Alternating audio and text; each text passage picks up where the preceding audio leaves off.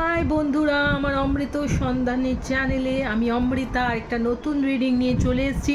তো আজকে যাদের রিডিং করব তারা হলো Scorpio, sun, moon, rising and Venus. তো চলো স্করপিয়ান বন্ধুরা, আজকে নভেম্বর মাসে দেখে নিই তোমাদের কী সেলফ কেয়ার রেমেডি নিতে হবে এবং future higher self message divine থেকে কি আসতে চলেছে। তো প্রথমে দেখে নিই কী সেলফ কেয়ার রেমেডি তোমাদের নিতে হবে। ওই কার্ডটা এরম করে তিনবার এলো, তিনটে জোডিয়াক সাইনে।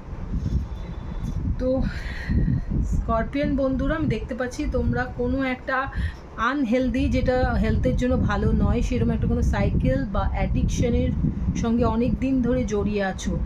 নভেম্বর মাসে তোমাকে সেটাতে না বলতে হবে, সেটা থেকে বেরিয়ে আসতে হবে, নইলে কিন্তু তোমার চরম বিপদ আসতে চলেছে। তো বিওয়্যার। দেখা যাক সেলফ কেয়ার কি রেমেডি, ফিউচার হায়ার সেলফ কি message. Reach for your dream knowing that it's already coming true. তো তোমার জীবনে অনেক ড্রিমস আছে, সেই ড্রিমসগুলো তুমি ফুলফিল করতে চাও। তো তোমাকে নিজেকে আগে ম্যানিফেস্ট করতে হবে, বিশ্বাস করতে হবে তুমি সেই ড্রিমসগুলো ফুলফিল করে ফেলেছো। যখন তুমি এটা ম্যানিফেস্ট করবে, পজিটিভ ম্যানিফেস্টেশন চিন্তা করবে তুমি এটা করে ফেলেছো, তখন দেখবে তুমি অটোমেটিক সেইটা কিন্তু হতে চলেছে।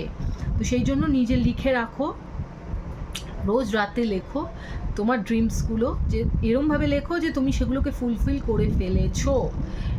তবেই দেখতে পাবে যে তুমি সেগুলোর দিকে আস্তে আস্তে এগোচ্ছ।